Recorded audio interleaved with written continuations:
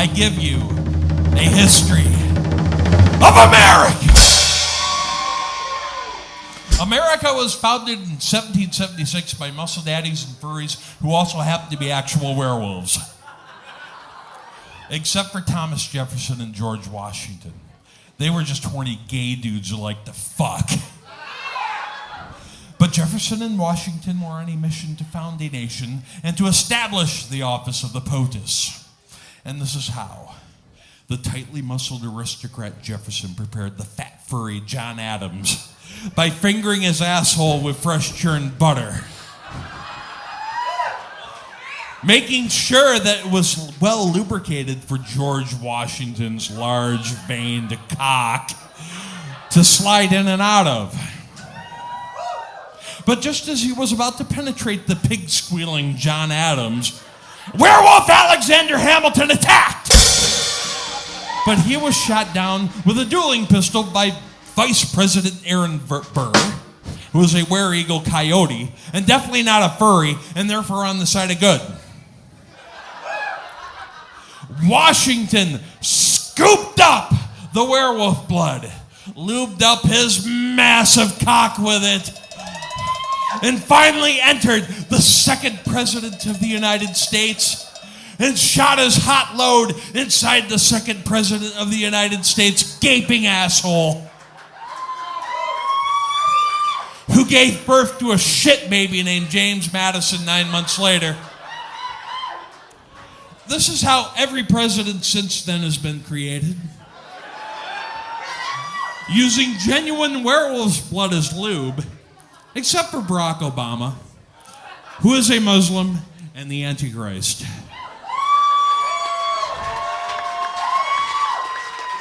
America! This is your history and mine. And thus, a great nation was born. But soon before the Civil War came the most important event in the history of the nation. The invention of the telegraph, which would lead to the invention of internet and iPhones, which would lead directly to sexting. In 1854, the first sext was sent via telegraph between the 13th president, Millard Fillmore, and Edgar Allan Poe. They would regularly get together and would swallow gallons of cum, piss, and semen while shitting in their adult diapers as Puerto Rican ladyboys would caress and coddle and suckle these men of the antebellum era and change their shit-filled cloth diapers and wipe the poop from their butts with fancy napkins.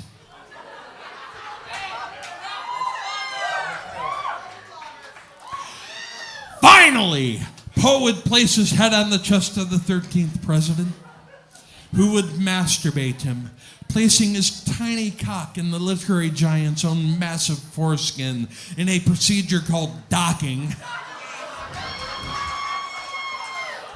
And they would jerk off while tonguing the shrunken balls and prolapsed anuses of the Puerto Rican ladyboys. Nevermore.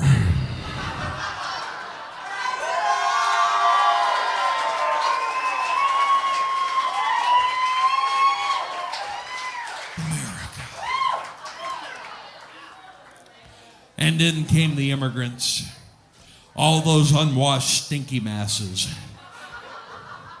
The Irish, Germans, Poles, Jews, Italians, woodworkers, carpenters, masons, accountants, moneylenders, whores, pimps, gimps, doms, bottoms, submissives, sex slaves, switches, shibari masters, flagellants, sadomasochists, transsexuals, twinks, pussy felchers, cock goblins, ribald storytellers, voyeurs, vile masturbators, baby furs, necro furs, dolphin fuckers, and the guys behind the glory hole at the Cinnamony.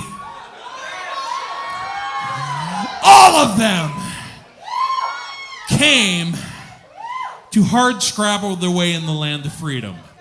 Freedom!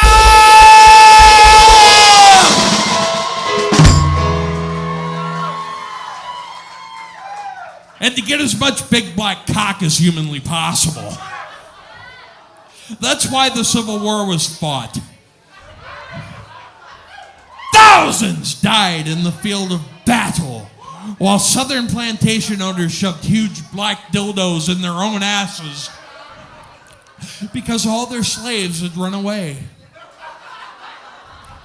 The slave owners could not get enough big black dildos in their asses, especially Jefferson Davis, who would stretch his ass goatsy style and shove in as many big black dildos as possible, which sounded a bit like this.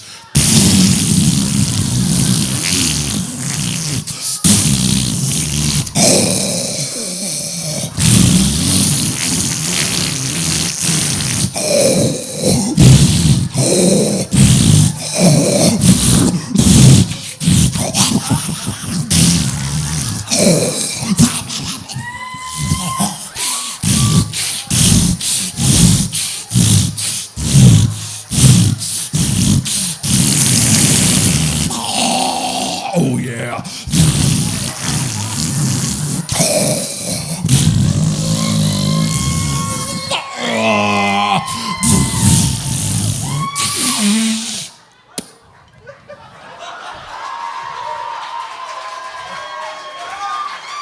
What?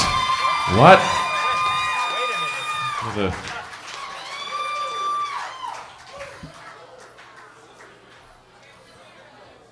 The South eventually lost the war because the plantation owners used up all their resources in the production of giant black dildos for the planter class. America!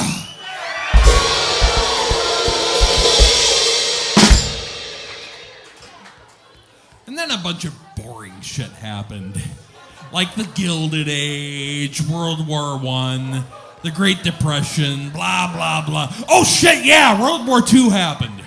World War II was fought to keep Japanese tentacle manga from reaching our shores for at least another 50 years. But politicians did what politicians always do. Had weird sex while making everyone else do all the hard work. Yeah! Fuck yeah! Harry S. Truman was a necro-furry with a thing for amputee porn. Eleanor Roosevelt was a lesbian corporofag with a thing for peeing on transsexual males. They would take turns peeing in Ronald Reagan's butt. Ronald Reagan, our 40th president, conservative icon and former movie star, started his rise to power being sexually degraded by the Washington power elite. They would dip their flaccid cocks inside his shit and cum-filled ass and smear it on his nose, all the while as he was dressed as Winnie the Pooh. As Eleanor and her butch Bettys would shove their dried, cracked, swollen, and pierced labias into his mouth. Over and over again for hours and days and weeks and months and...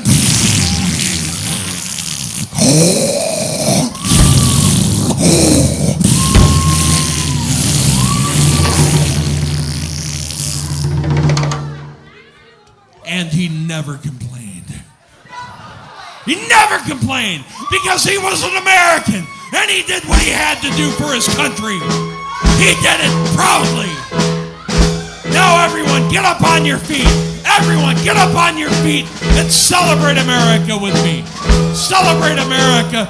Put your hands on your hearts or on your genitals and try to sing along. 1, 2, 3. Oh, America. Oh, America. Purple mountain majesty and all that other bullshit. Land of freedom for gun-toting rednecks. Liberals cry and whine while smoking down good weed. Fox News spews all the crap they can tell. No taxes and visas, all are very swell.